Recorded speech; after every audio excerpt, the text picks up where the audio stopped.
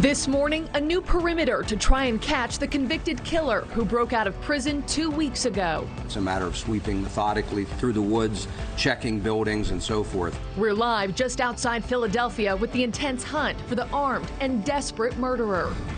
Plus, Colorado Congresswoman Lauren Boebert escorted out of a theater during a musical performance. What the venue accuses her of doing before asking her to leave.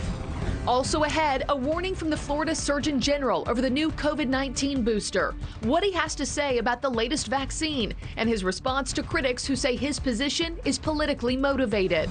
And here's something most of us can get behind. Eat bread and pasta to drop pounds? Is it true or is it false? Our twin docs are in the house to tell us if we can have an extra helping of toast.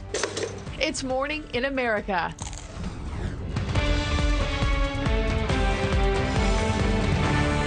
Please, Lord, let it be real. I love bread. Well, from our NewsNation headquarters in America's heartland, it's time for News for All America. Yeah, hope you're having your toast and a nice cup of coffee at home. Thanks for waking up with us, everybody. Hey, new this morning, North Korean leader Kim Jong-un says his country is offering its full and unconditional support to Russia.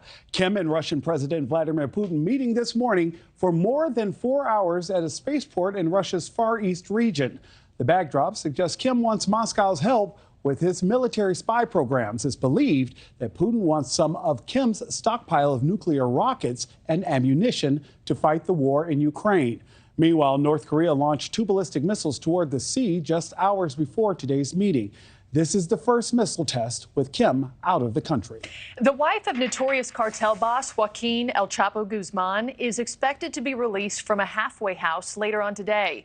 A judge sentenced Emma Coronel Aspuro in November of 2021 for her role in the cartel's drug trafficking operation. Now, she was originally sent to a Texas prison before being transferred to the halfway house in California on good behavior. And the FDA is warning that 8 different drug companies, including CVS and Walgreens, may be illegally selling eye products that could be harmful and were not approved. The eye drops are marketed to treat conditions like pink eye, cataracts, glaucoma, and irritation. However, there is concern over whether the products are sterile or not. The FDA says it will take legal action unless the companies outline a plan to address the violation within 15 days. Gosh, what's happening with all of our eye drops, our cold and flu products right now? Also, Colorado Representative Lauren Boebert was escorted out of a performance at a Denver theater.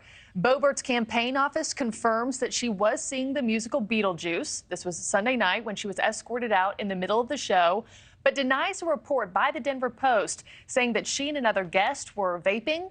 They were singing, recording, and, quote, causing a disturbance. They deny that.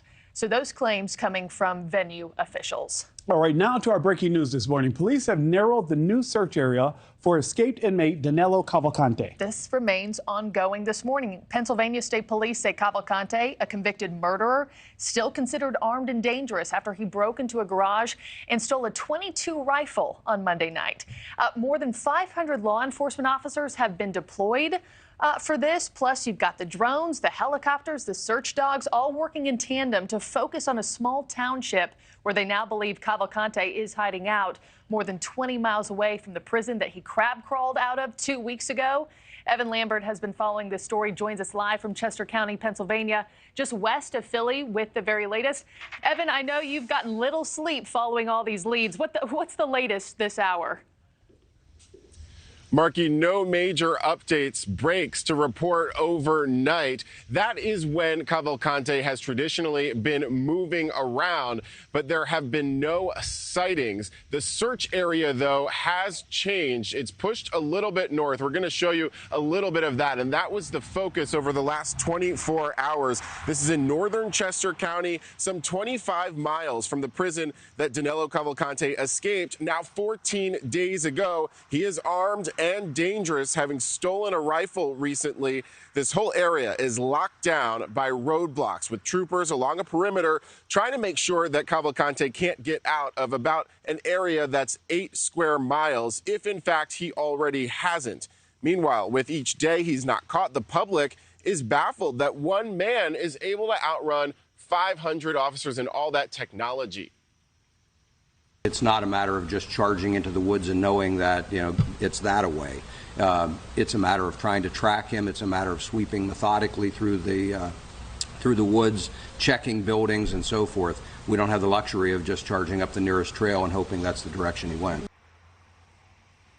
And new this morning, Cavalcante's mother is speaking out to the New York Times. This is her first interview after her son's escape and then the ensuing manhunt. She said to them, quote, "His training was his suffering. It was going to sleep hungry. It was waking up as I wondered what to feed them." She went on, "I know what my son did was wrong. I know my son should pay for his mistake, but I want my son to pay for his mistake with dignity, not to pay with his life." And Markie, just in the last few minutes, we learned that we should get another update from Pennsylvania State Police some point today. The timeline on that news conference is not yet firm. Markie, Nick.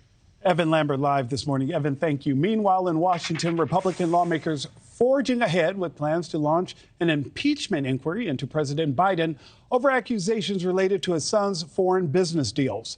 House Speaker Kevin McCarthy launching the inquiry without a full House vote. It's a move McCarthy once criticized his predecessor, Nancy Pelosi, for when she did the same against President Trump in 2019. Many view Pelosi's move as an illegitimate start to an impeachment. For more, we're joined by Maryland Republican Congressman Andy Harris. Congressman, good morning. Thank you so much for joining us. I have to ask you, what is your opinion on all this in launching an impeachment inquiry into President Trump without a full House vote in 2019? And what's your opinion now that is being done to President Biden? Well, you know, what's good for the goose has to be good for the gander. The Democrats thought that was perfectly fine when it's a Republican president. So if we go ahead with an impeachment inquiry, ordered by the Speaker, that's fine with me. You know, I've heard people go back and forth over what the American people want. I do know that a lot of people sit back and say, what does this have to do with lowering the cost of eggs and gas at the pump? What are all these inquiries and impeachments? What are they meant to accomplish for the American people? Well, we can walk and chew gum at the same time. Just because we're running an impeachment inquiry doesn't mean that we can't pay attention to the incredible overspending by the Democrats leading to a $2 trillion deficit and the inflation we see. We can do both. The bottom line is the American people deserve to know if Joe Biden is corrupt, and all the evidence points to corruption in the Biden family. There are 18 House Republicans serving districts President Biden won in 2020. Considering your party's slim majority, would an inquiry vote even pass, and would one risk their re-elections in 2024? Well, look, I don't know. We won't know what the inquiry shows until we do the inquiry. The bottom line, it empowers the House to actually have more fact-finding. The facts that have been uncovered so far should be very, very worrisome to every American. No one expects the Vice President of the United States to sell political influence for his family's gain. That's just the way it is. The average person looks at this and says, wow, there is a two-tiered system in America. You know, if you're a highly ranked politician, like the vice president, your family lives pretty good, and you can, you can do things that the average person would object to. Representative Harris, we've heard terms like the Biden crime family. You have known the vice president for a while. You're serving your term. And do you believe that he is part of a criminal conspiracy? I do believe that influence was sold. I believe that his influence was sold. His family gained from it. And I think that the American people object to that, again, to that kind of double standard. They got to go to work hard every day to pay for inflated groceries and gas. And Hunter Biden collects, $100,000 a month for not knowing anything about the energy industry because his father is vice president. And let's not forget about his artwork. You forgot about the amazing artwork that he's done. I'm kidding. Mr. Speaker, I do want to ask you, though, I know you've had conversations with Speaker McCarthy. He agreed to a one-vote motion to vacate the chair when he negotiated his speakership. Now, Congressman Matt Gaetz is threatening his hold on the gavel due to allegedly slow-walking this investigation. Let's watch this. I rise today to serve notice. Mr. Speaker, you are out of compliance with the agreement that allowed you to assume this role. Mr. Speaker, you boasted in January that we would use the power of the subpoena and the power of the purse. But here we are, 8 months later, and we haven't even sent the first subpoena to Hunter Biden. That's how you know that the rushed and, somewhat rattled performance you just saw from the Speaker isn't real. I want to follow up with that with you there. Representative Harris, do you believe Speaker McCarthy really believes President Biden should be impeached, Or do you think he's just doing this to honestly keep his job? Look, I think where there's smoke, there's fire. I think the speaker has seen the evidence so far. I think he knows that more inquiry is necessary. And again, the American people should never stand for corruption by highly elected officials that benefits their family. And it appears that that's what's happening. Congressman Harris, I do believe you and I will speak on this subject again in the future. Thank you so much for joining us this morning. Thank you. Well, former Vice President turned presidential candidate Mike Pence will answer questions from voters tonight in an exclusive NewsNation town hall. Yeah, tonight's a big night for us here. Mr. Pence is hoping to show Republican voters that he's more than President Trump's sidekick. Right now, the man who served as the 48th Vice President of the United States is polling far behind his former boss and vying for second place with several other candidates. Emily Finn is here with more on what to expect from tonight's town hall. Emily? Hey, Markie. Well, this certainly is going to be a big night on NewsNation. Pence will have a chance to speak directly with voters, answering all of their burning questions. After a breakout performance in the last debate, tonight's town hall will challenge Pence's stance on key issues. Abortion, immigration, and foreign policy are all expected to be hot topics tonight. Excited to be here and excited to be doing a town hall with NewsNation. Tonight, Republican presidential candidate and former Vice President Mike Pence will be in Chicago participating in our NewsNation town hall with voters. He launched his presidential campaign back in June, but throughout his political career, Pence has worn many hats, most notably as President Donald Trump's vice president. I think people don't necessarily know me much beyond being that loyal vice president who stood beside the president every day until my oath to the Constitution required me to do otherwise. But that all changed in 2021 after January 6th, when Pence refused to overturn the election results, driving a wedge between the two candidates. President Trump is wrong.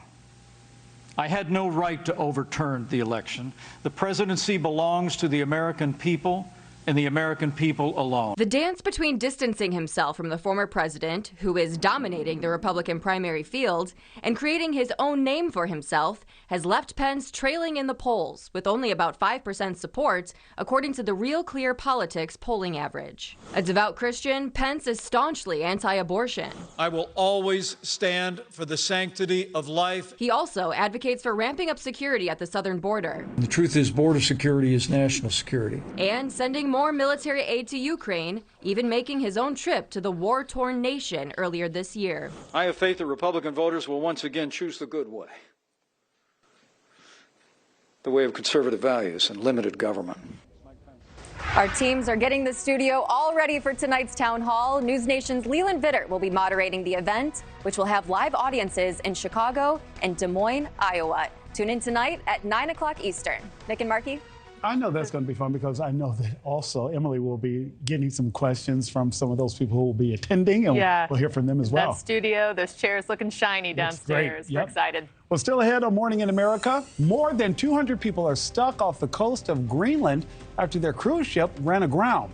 How long before help arrives? Imagine being on board. Wow. The CDC announces a COVID-19 vaccine update as cases begin to rise again. But some doctors remain skeptical. So ahead, we speak with the Surgeon General of Florida, who is warning Americans not to get the latest booster.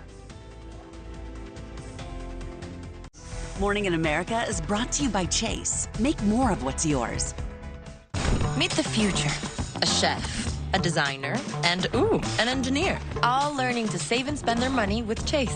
The chef's cooking up first with her new debit card. Hungry? The designer's eyeing sequins, plaid, while mom is eyeing his spending. Nice. And the engineer? She's taking control with her own account for college. 3 futures, all with Chase. Freedom for kids, control for parents, one bank for both.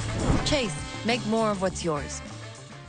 Here's why you should switch from Google to DuckDuckGo on all your devices. DuckDuckGo comes with a built-in search engine, but it doesn't spy on your searches. And our browser blocks creepy ads that follow you around from Google and other companies. And it's free. Download DuckDuckGo today. Did you know taking Zysol at night relieves allergies while you sleep? So you wake refreshed for a more productive day. Get 24-hour continuous relief that does not fade. Be wise all, take Zysol at night. You were diagnosed with thyroid eye disease a long time ago. And year after year, you weathered the storm and just lived with the damage that was left behind. But even after all this time, your thyroid eye disease could still change. Restoration is still possible. Learn how you could give your eyes a fresh start at tedhelp.com. I used to think all doctors were the same. Then I switched to Oak Street Health. You see, this isn't your typical doctor's office. Instead of waiting around for me to get sick, they focus on keeping me healthy and feeling good. Hey, still got it. Zion, no sugar, right? And the best part, everyone at Oak Street Health is experienced with people my age. At Oak Street Health, we specialize in caring for older adults like you with a focus on keeping you healthy. So don't wait. Call today. Zion, we're ready for you. Here people get to know me the old-fashioned way. By listening. This guy takes all the notes, so my doctor is all eyes on me, and I'm never rushed out.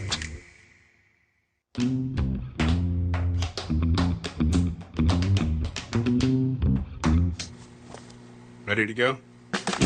We get to know you better with longer appointment times, including same-day and next-day appointments. Everyone gets their own personal care team. Hey, whether it's doctors, nurses, social workers, mental health support, even someone to help me understand my Medicare benefits. They all work together for me, myself, and I. Not to mention a 24/7 patient support line. We customized a plan for him, and we can do the same for you. Getting the care you need has never been easier because our team members work together to handle all your healthcare needs. And you get all this for no extra cost. They even gather all your medical records and health history. So switching to their doctors is easy. And you can keep living your life your way. At Oak Street Health, we specialize in caring for older adults like you. Call 800-637-1959 to schedule a visit and see why we are the only primary care provider to carry the AARP name. Oak Street Health. The CDC is now recommending all Americans 6 months and older receive the latest COVID booster shot as cases start to rise again. That recommendation comes just a day after the agency approved the new shot, which could be available as soon as this week. But some public health officials aren't convinced that the new vaccine will actually help. So joining us now is the Surgeon General of Florida, Dr. Joseph Ladapo. He's also the author of Transcend Fear. Doctor, thanks for your time this morning.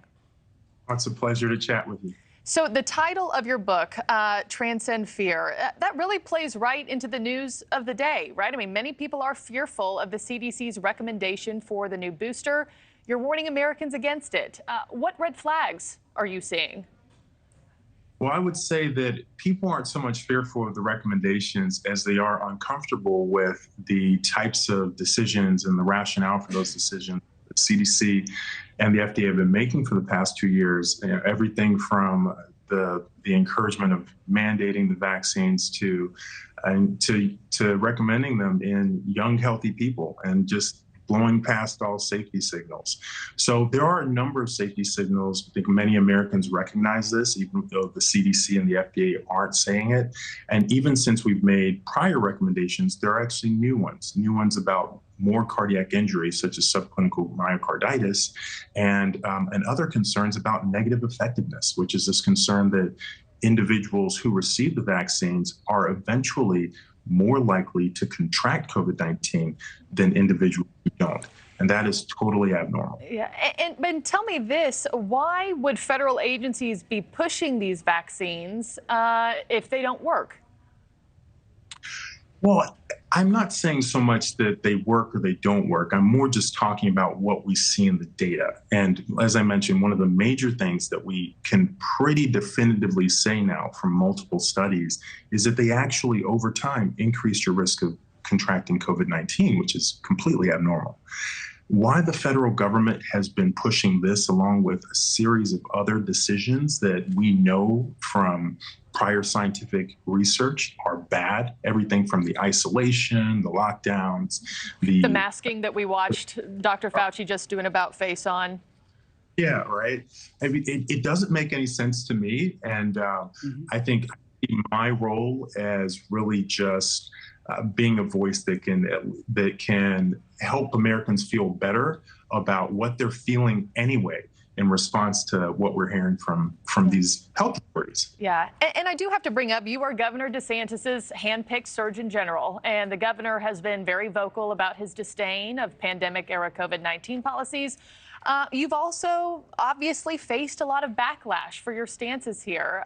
What do you say to critics who suggest that your recommendation against boosters is not only politically motivated, but it's also dangerous?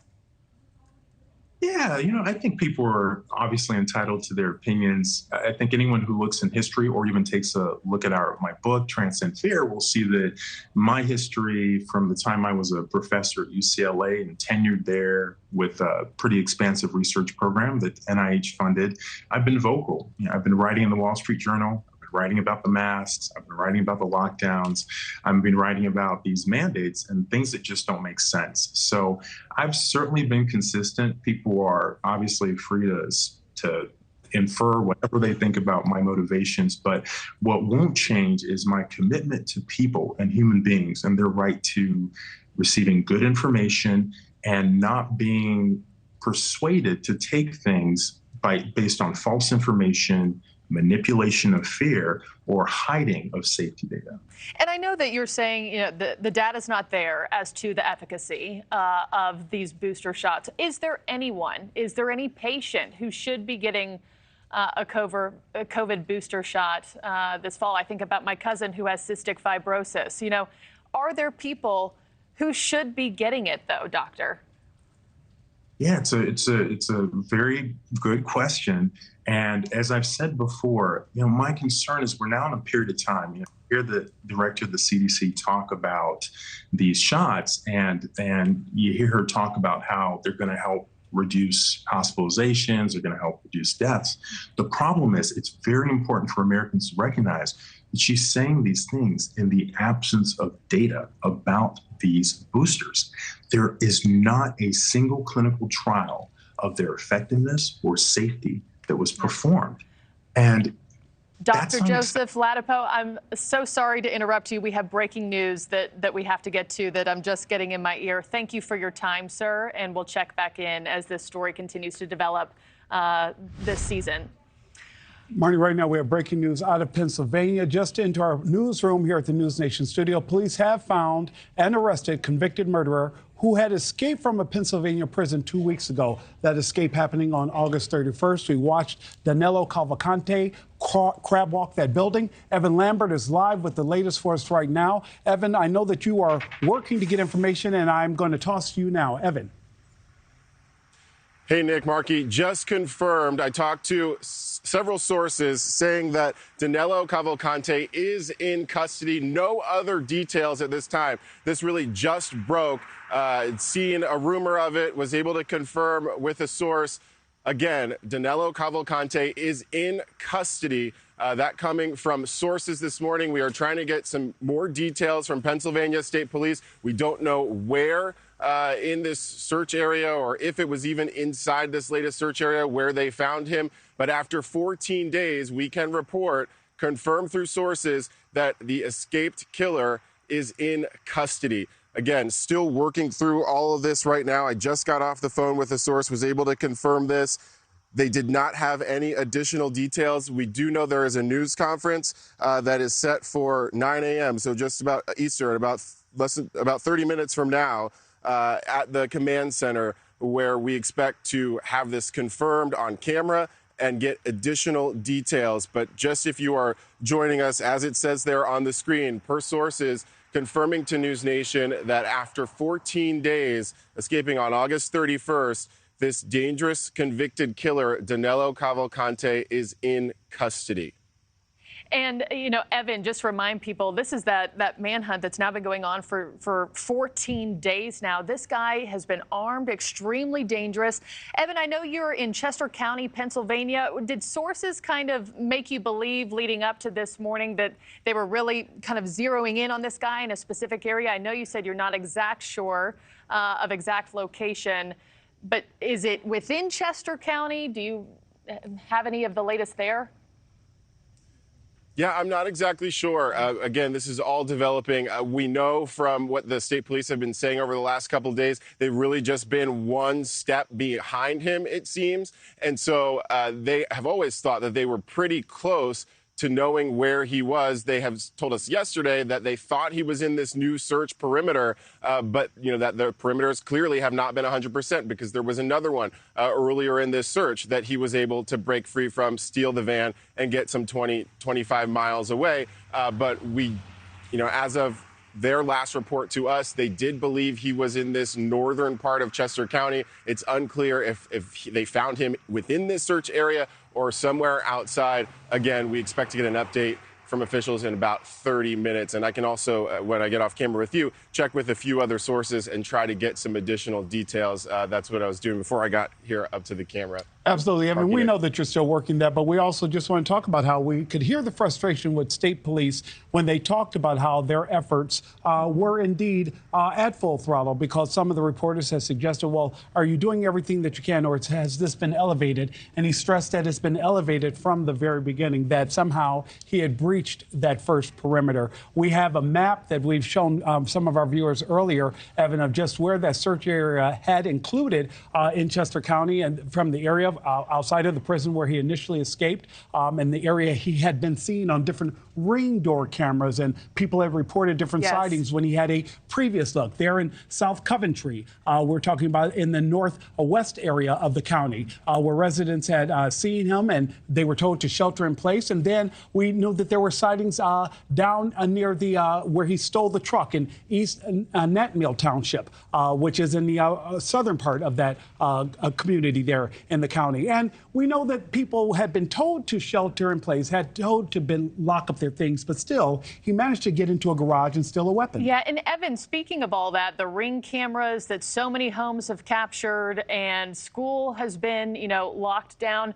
I'm just curious, the past couple of days that you've been boots on the ground talking to people and locals who live in the area, what's been the mood and what are you expecting from them now when they get this news that Cavalcante has finally been captured? Oh, I'm sure it'll be a sigh of relief, Markie. Just anxiety, fear, interruption to their daily patterns. This is something that's been going on for 2 weeks now. Road closures all over the place. If you live inside this search area, you've got to basically have your vehicle checked before you're able to get past certain points. You've got to take detours to get around. So I do want to mention, though, I got some new information from the Pennsylvania State Police on Twitter, just saying a press conference announcing details of the capture, and they put this in all caps. The capture of Danilo Cavalcante is scheduled at 9:30 Eastern time at that command center in Kennett Square. It's about 45 minutes from where we are.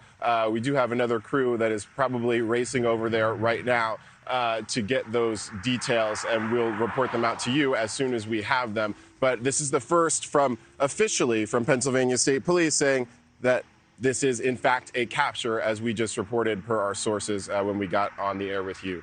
Markie, Nick. I know so many people are relieved by this news. Evan, if you would just stand by, we want to bring in Robin Dreek once again. He's a behavioral analyst that we've been talking to on the show in the days leading up to this capture. Robin, can you hear us? Yeah, Markie, I got you. Boy, what a great development. Yeah, just your top line thoughts, sir, on what you've heard from Evan's reporting and just the news that he is finally caught. Yeah, like we were just talking about not too long ago, this is a battle of who's going to learn fastest, and it was just proven out. Law enforcement learned fastest. They evolved quicker than he evolved. They're more resilient. They're more resourceful. And it led to this. And it couldn't have happened better and more timely for everyone in that community. Robin, you and I literally just had this conversation about how he had been able to evade capture. We talked about how he had escaped one of the perimeters earlier. And I was asking you, how is this happening when they have so much technology? In the end, it looks like that technology may have won out. Even though we don't have details yet on how he was captured, we have confirmed that he has been captured. Is it safe to assume then, Robin, that the infrared or the dogs or the trackers or many of the other tools that state police had mentioned earlier in their search efforts came to fruition? I think it's all combined together. And one thing I wanted to highlight this morning was when technology starts failing you, like it might have been the last couple of days because of the weather, because those things really impede infrared tracking, heavy rain and forestry and things like that. It's called the old Mark I eyeball, and this is where the people on the ground do a much better job adjusting to his environment and adjusting to his mindset. So I think it was all those things brought together for great timing. Robin, Evan just told us that there is a press conference scheduled for this morning at 9:30 a.m. Eastern. What do you think we can expect to hear and glean from that press conference this morning? I think the state police are going to really highlight the collaboration that it took to bring this to fruition, to recapture him and do it he's alive, which is even better. So he's going to spend the rest of his life behind bars, most likely in a supermax prison, because he is so good at evading capture. And so I think they're just going to really highlight the relationships that brought to bear and all the other agencies that brought their resources in, technology, manpower. I mean, they had over 500 officers in that area, as well as the thanks to the community for all that they did in providing all the technological insights we had through those Ring cameras. Yeah, he'll spend the rest of his life answering to this, and we'll get to hear those answers ourselves. Robin, I know this is probably a shot in the dark, but do you think there's any chance that he gave up, just turned himself in, wore himself out, hungry, tired, no accomplices? Is there any chance you think that's how the story ended for Mr. Cavalcante? It's a great question. I think we're going to learn as well. I doubt it. I think he is so resilient and he's so used to suffering. They might have found him under a rock just suffering from exposure potentially, but I think they probably just surprised him. Robin, one of the reasons we're keeping you on the phone and having you explain so much of this to viewers is because it was beyond what we have seen before. When we've had people who have escaped from custody, usually they're caught in a matter of hours, definitely days. 14 days into this, it had a community living on edge. We have learned that he changed his appearance. We have learned that he got new clothes. We have learned that he acquired boots. All of these things, I'm sure, will be investigated, right, Robin? How he either acquired these things and was able to change his look, and if he had any assistance. I totally agree. And the reason why he was able to evade for so long is that out of everyone else that had escaped, this individual, and his mother highlighted it last night when they quoted her, is his training was in a life of suffering. As we've said throughout this, we can't imagine the deprivation he's been through. We can't imagine how he's used to discomfort in his life and evading law enforcement. I mean, he's in his early 30s, but he joined gangs early on in life for survival. He's adept at survival and reading his environment to keep himself safe as possible in this kind of climate. So I think that's what led to his being on at large for so long, and also his resiliency to not rely on other people. His sister seems to be the only one, potentially, because they suffered together. But his mother wanted him to surrender with dignity. I'm not quite sure about that one. Robin, we're watching even video now of him scaling that wall. We've talked about him crab walking that wall in the past. Robin, when you have a situation like this, does all of this come back to a review on everything step by step from August 31st, how this happened, the lack of security or whatever security protocols around that? Is this entire thing then reevaluated and an assessment done? And that's what we have to get back to, like you just said. And that is the leadership at the top of that prison was in a bit of turmoil because the last warden had been put on admin leave. We had an acting warden in place. Someone had escaped, not too long ago through the same system. And they're going to be evaluating all these things because you have problems with infrastructure, you have problems with technology, you have problems with manpower. But all those things start at the top with good, strong, solid leadership. And I think that's where they're going to start. Yeah. Robin, would you stay on the phone? We want to loop back in with you in just a second, but we got to get back to our correspondent, Evan Lambert, who is there in Chester County, Pennsylvania. Evan, I understand you were just talking to a source. Any updates within the last few minutes on your end? Yeah, and sorry, I'm apologizing if I look down at my phone as we try to confirm some of these breaking details. No, not really. We do not know exactly where all these people keep saying the people over at the command center will have all the information. It's coming in 30 minutes. So we do not have a better idea of exactly where. Something new that I did just get, and I think I sent it back to you all. I don't know if you can show it on your screen. This is now going out beyond media, but directly to people's phones and through the reverse 911 system of people in this search area. We've also seen some of the roads near us start to open up just as this was announced. But Chester County Emergency Alert, this is coming from the Pennsylvania State Police. They just sent this out a few moments ago saying this is a message from the Pennsylvania State Police. The search for Danilo Cavalcante is over. The subject is now in custody. So as we talked, Markie, about that sigh of relief that people who have been affected by this for now 2 weeks are breathing right now. This is coming directly to their phones from the county. They're also hearing about it on the news as we are delivering that information. But definitely, we are working to get those additional details of where, when, how, all of that. But it does seem like it's possible that, that this may have been close to the area that they were looking for him. They said that they thought all along they were very close. And so that has seemed to have borne out. But again, working through some of those details, and we are expected to hear on camera from the state police at 9 Eastern, so just about 20 minutes from now. Yeah. And Evan, I think a lot of us on the outside who are not there, boots on the ground in Pennsylvania and Chester County, are wondering how in the world does this go on for 14 days? Paint the picture for us, the topography there, water systems. Maybe you have a better understanding of why it's taken law enforcement so long to track this guy down, just based on what the landscape looks like in that area.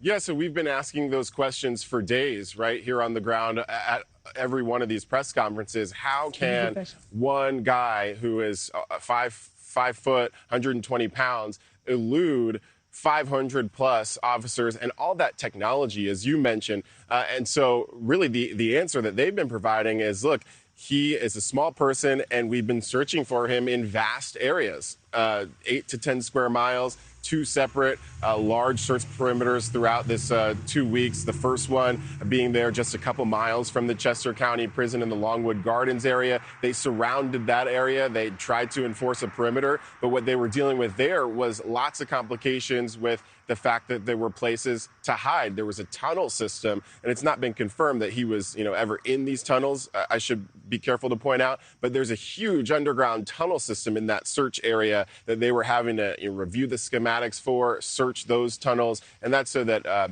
they can deal with the plumbing and the fountains that exist in the gardens. So that's why the extensive tunnel system is there. But as far as this latest search area up north in this part of the county, South Coventry Township, we have cornfields, vast amount of cornfields. There's horse activity, horse barns, and houses and things like that. But really just heavy woods is just how most of this area is made up. And so, I was looking at a live media helicopter feed the other day of the search, what we could see from the sky. And, I had those questions, right? Like, how could they not get this guy? We all did.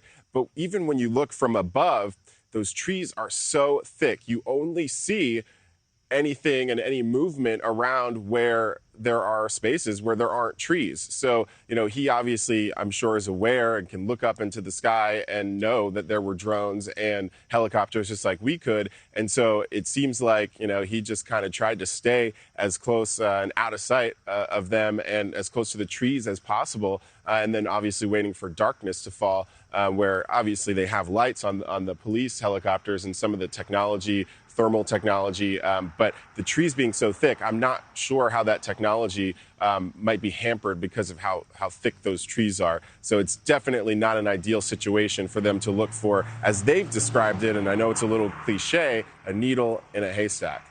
Rob, we are working, Evan, as you know, behind the scenes to try to see what else we can glean, but we are getting some information that they were able to walk the suspect into custody. So we are learning that, and we know that you'll be able to confirm this information once you are actually at the press conference this morning. But it looks as though he was able to walk on his own, but he is being led by law enforcement officials into confinement there. So we are working again, like I said, to get more information there, Evan, but I know that you will learn those details also on how they actually found him, how they actually captured him, and if there were any injuries beyond what we are being able to report right now. Yeah. Evan, again, stand by. We're going to go back to Robin Dreek, our behavioral analyst, I should say, who's been joining us live over the phone.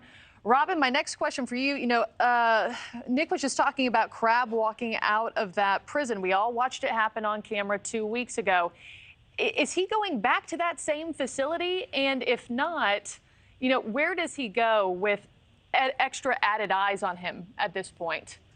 I think they're going to reinvent the system based on him. And my guess is they're going to put him in isolation first, just because he can't have any access to anyone else because he's too resilient, too resourceful. And when you looked at him scaling that wall, that's obviously not the first time he's done something like that. So he's got a lot of reps in these types of things, and they're going to make sure he never has an opportunity to do that again.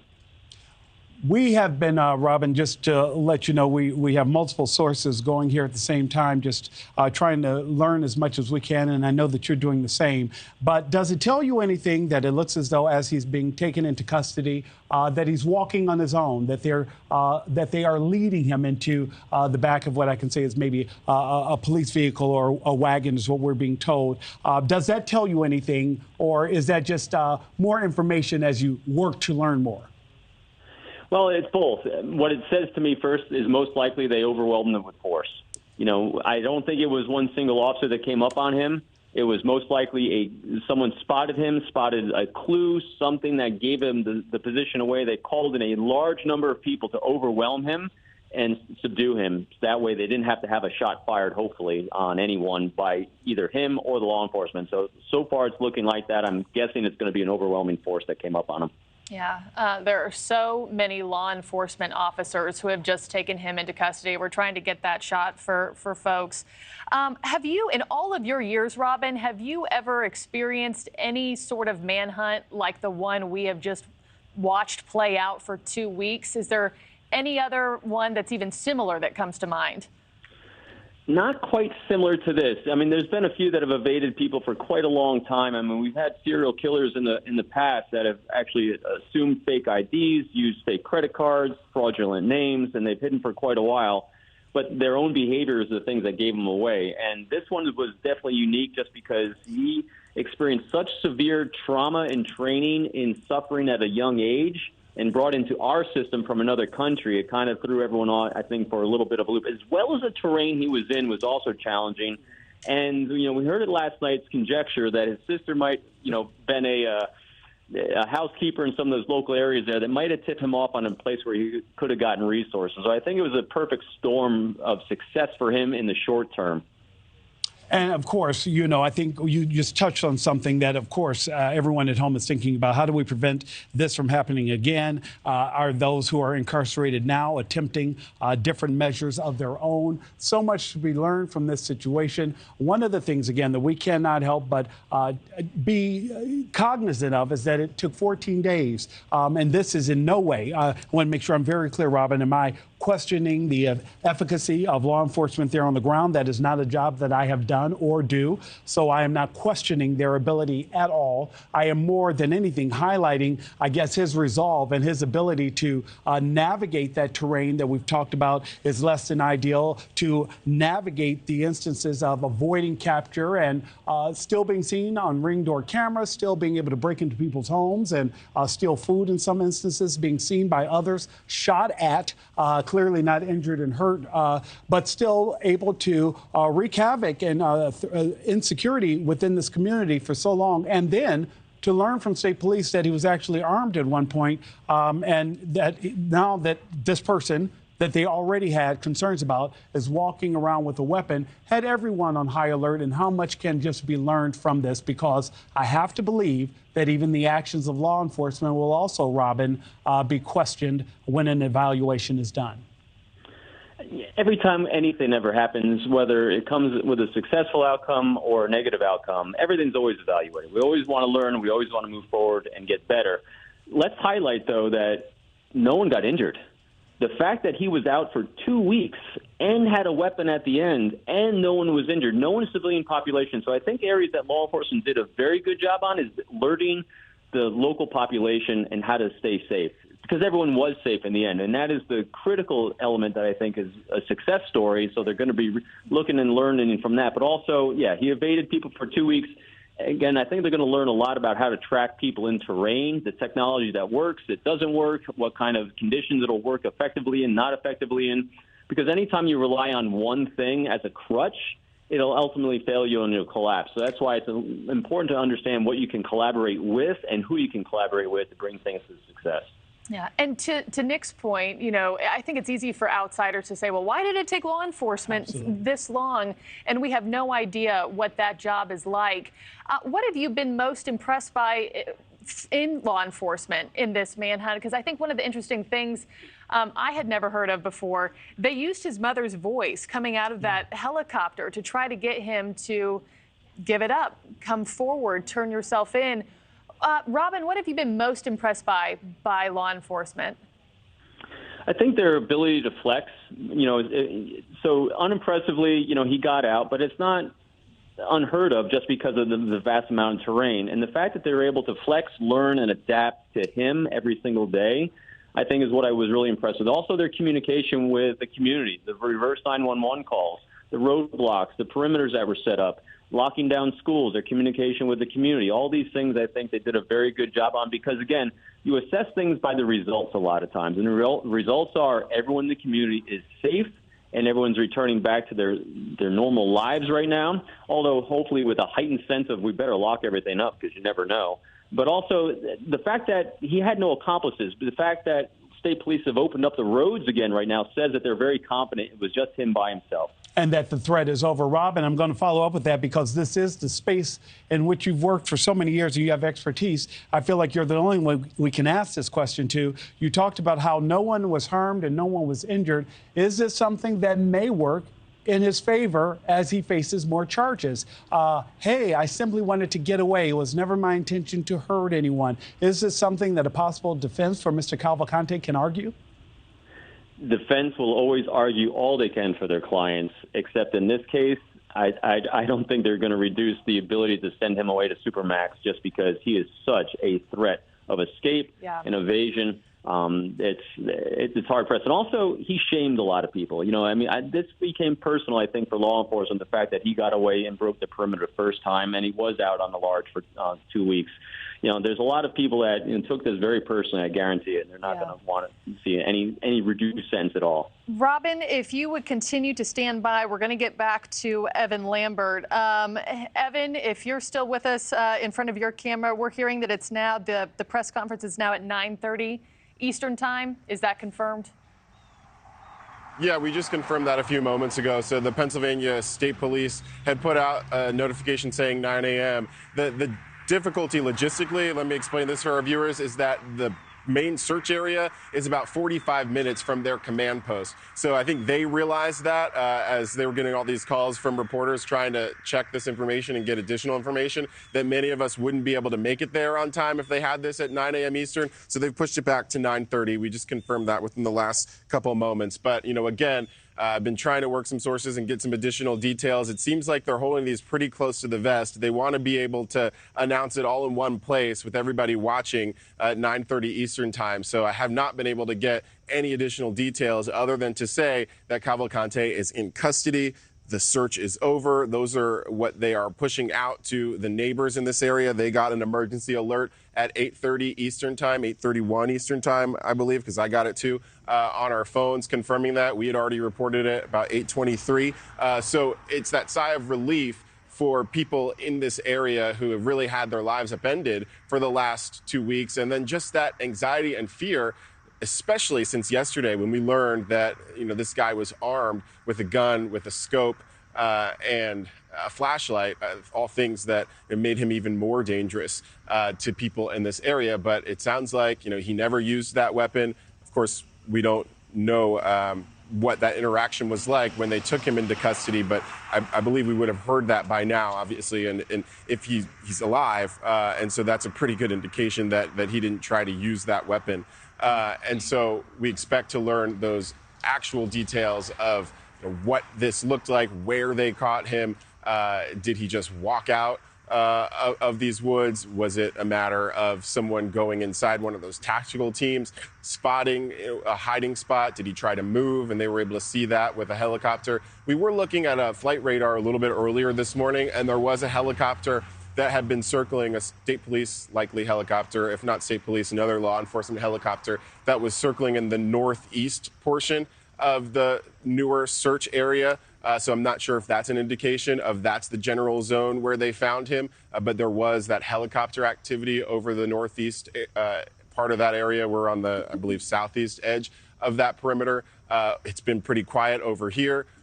There was a tactical team, our affiliate was reporting there on that northeast side, and there was a tactical team they saw going in probably about an hour and a half ago. Not sure if that's related to him ultimately being caught there. So we've got to get with our team there and figure out if they saw anything and did they actually see him driven by. But these are all things that we expect to find out, Markie and Nick, in just a few moments here, about 40 minutes from now. And we know that there's a lot of information, Evan. I know that you have as many questions as everyone else and even more because you've been there on the ground. But we did, we spoke with Robin Drake earlier, who made it clear that clearly they believe that the threat is over anytime they've sent that push alert, like you mentioned, opening up the roads. So definitely. Yeah, Evan, continue to stand by. We're now joined over the phone by Mary Ellen O'Toole. She's a former FBI profiler. We want to get her take on all of these latest breaking developments. Mary, can you hear us here on Morning in America? Yes, I can. Thank you for your time. Just your initial thoughts after a 14-day manhunt that Danilo Cavalcante is now in custody. Sure, it's a great question. I felt that it was really a matter of time before he would be apprehended. The real question was it going to be a violent apprehension or was it going to be one that we're looking at this morning? And fortunately, it looks like the one we're looking at this morning, where we'll hear it soon in the press conference, but shots were not fired is what they're reporting, but no one was hurt. But that outcome was unknown because once he stole that weapon, it really changed the dynamics of this situation. And Mary Ellen, you've been able to see some of the images on your screen. Can you tell us what you're able to glean from that as you've watched officials lead him on his own accord? He's able to stand on his own. Does that tell you anything? Yes, I'm actually watching that right now. And I think what's interesting is he's in handcuffs, but he does not appear to be shackled at the ankles.